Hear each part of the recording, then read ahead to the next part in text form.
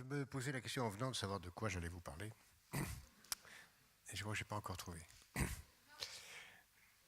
En fait, je me méfie beaucoup de ces réunions sur un thème donné qui donne le sentiment que nous devons tous penser de la même façon. Et lorsqu'on me demande de penser à quelque chose, en général, j'ai, comme chacun d'entre nous, surtout les enfants, et j'espère que vous êtes tous restés des enfants, un esprit de contradiction qui m'amène à dire, après tout, c'est peut-être le contraire qui est vrai.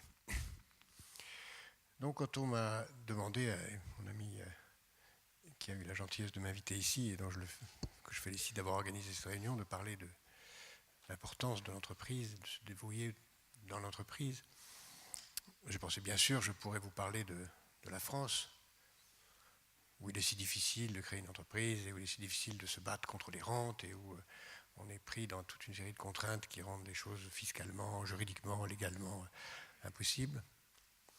Je pourrais aussi vous parler de ce que je fais avec Planète Finance, où nous aidons des millions de gens à travers le monde à créer leurs entreprises, des femmes au Maroc, des gamins des rues au Pérou, des gamins dans les quartiers en France, et où on voit un extraordinaire potentiel de création d'entreprises qui se développe et une volonté de faire. Mais je ne sais pas pourquoi, en venant, je me suis dit, mais tout ça, ça me fait penser à un film ou une série télé, Mad Men, vous connaissez ? J'ai pensé, je me suis dit, pourquoi ça me fait penser à Mad Men ? Ça me fait penser à Mad Men parce que c'est un petit peu comme si nous étions en train aujourd'hui de développer l'idéologie américaine des années 60. Tout ce qu'on entend aujourd'hui, tout ce que je dis aujourd'hui, tout ce que vous avez entendu jusqu'à présent, tout ce que vous entendrez tout à l'heure, c'est l'idéologie américaine des années 60. Créez vos entreprises, développez-vous, ne faites pas confiance à l'État, soyez indépendants, gagnez votre argent tout seul, etc., etc. Oui, je suis d'accord. Oui, il faut le faire. Oui, je pense que la France a un retard fou et Mad Men est peut-être aujourd'hui d'actualité en France, même s'il est incroyablement anachronique dans le reste du monde. Oui, la création d'entreprises est bien mieux que la charité. Oui, se débrouiller, c'est beaucoup mieux que attendre une rente, une allocation, une subvention, un emploi hérité, une succession d'un père, aujourd'hui d'un grand-père plutôt, ou d'un arrière-grand-père, heureusement. Mais c'est peut-être suspect que d'avoir à penser ça. Suspect parce qu'au fond, quand on y réfléchit bien, ça amène à se dire, au fond, mais que veut-on me pousser à faire ? Entreprendre, très bien. Créer des richesses, très bien. Créer de la valeur, très bien. Créer une entreprise, très bien. Mais ça correspond à quoi ? Ça correspond au fond à ce que dans nos sociétés, de plus en plus, nous sommes poussés à accepter comme une idéologie volontariste un individualisme narcissique, autiste et marchand. Où chacun d'entre nous ne seront plus volontairement que des individus juxtaposés qui seront égoïstement chargés de faire leur bonheur, point final. Enfin, leur bonheur. Leur bonheur réduit à l'accumulation de richesses marchandes. Et si on pousse jusqu'au bout cette logique, on s'aperçoit qu'au fond, il y a un grand piège dans cet esprit d'entreprendre que je loue aussi et sur lequel j'essaye d'agir aussi, comme tous ceux qui vous ont parlé, vous parleront, ou comme chacun d'entre vous dans cette salle. Et si je dis cela maintenant, c'est pour que nous ayons un peu de recul sur notre propre enthousiasme. Faire cela, c'est bien, mais il faut l'inscrire dans un courant plus vaste. Le courant plus vaste, c'est quoi ? C'est une idéologie qui est en train de se développer à l'échelle de la planète, dans laquelle progressivement on est en train de voir se défaire les États, se défaire les solidarités, se défaire l'altruisme, se défaire l'ensemble de ce qui crée des collectivités sans qu'aucune d'autre ne naisse, et dans lequel chacun d'entre nous est non seulement de plus en plus appelé à se débrouiller tout seul, parce que les États disparaissent, parce qu'aucune autre structure collective ne vient de remplacer, mais parce que de plus en plus même au-delà de cela, de moins en moins de limites sont mises à savoir ce qui va être marchand. Autrement dit, et c'est ce dont vous avez entendu parler, ce dont vous entendrez parler, ce dont on parle les uns et les autres tous les jours, c'est de chercher en permanence avec quoi est-ce que je vais pouvoir faire de l'argent ? Qu'est-ce qui va pouvoir rapporter ? Quel est si je le dis d'une façon honorable, plus française, disons, quel est le service que je peux rendre en étant rémunéré pour ça qui n'est pas encore rendu aujourd'hui?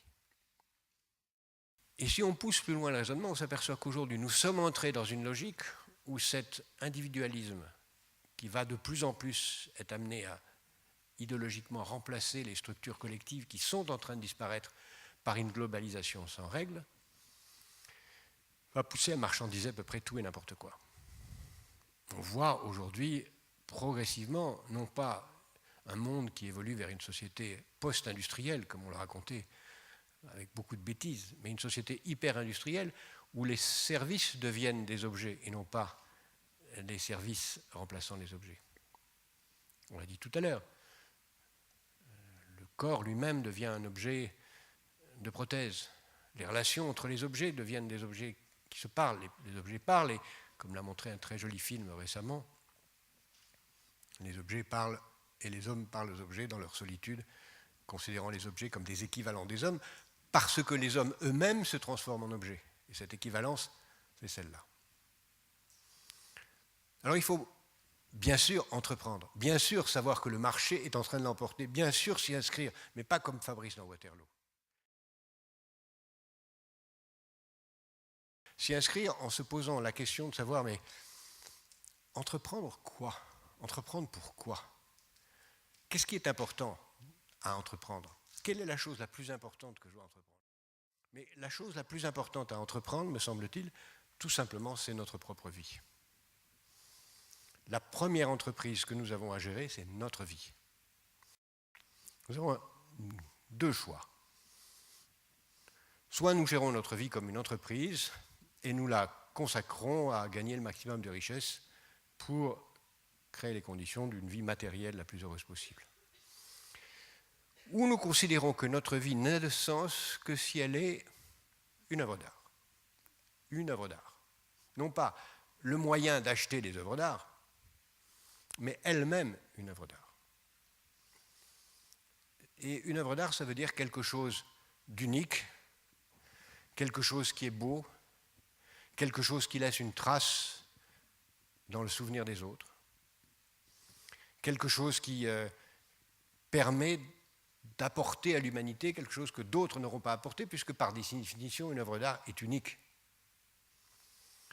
Et si on pense sa vie comme une œuvre d'art, alors on est amené à appliquer à sa vie et aux entreprises qui peuvent la meubler quelques principes. Le premier principe, c'est de ne faire que des choses qui ne pourraient être faites par personne d'autre. Principe tout à fait révolutionnaire. Ne jamais occuper une fonction qui pourrait être occupée mieux par quelqu'un d'autre. Deuxième principe, ne faire que des choses belles. La définition du beau est arbitraire, mais dans sa tête, avoir l'idée qu'on ne fera que des choses belles. Et troisième principe, ne pas se limiter à une seule, mais à plusieurs. Pensez que dans la mesure où on n'est pas tout à fait certain d'être un jour ressuscité, il vaut mieux essayer de vivre plusieurs vies simultanément. L'artiste, le vrai artiste, ne se consacre pas à une seule œuvre. Il est plusieurs choses à la fois.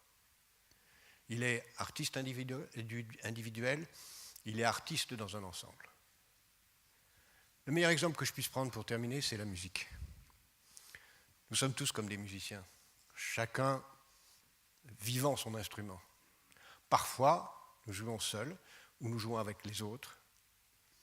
Parfois, nous sommes partie d'un orchestre qui se réunit provisoirement pour une soirée. Parfois, nous appartenons à un orchestre qui nous dépasse. Et dans ce cas-là, on peut dire qu'on a été au service de l'humanité.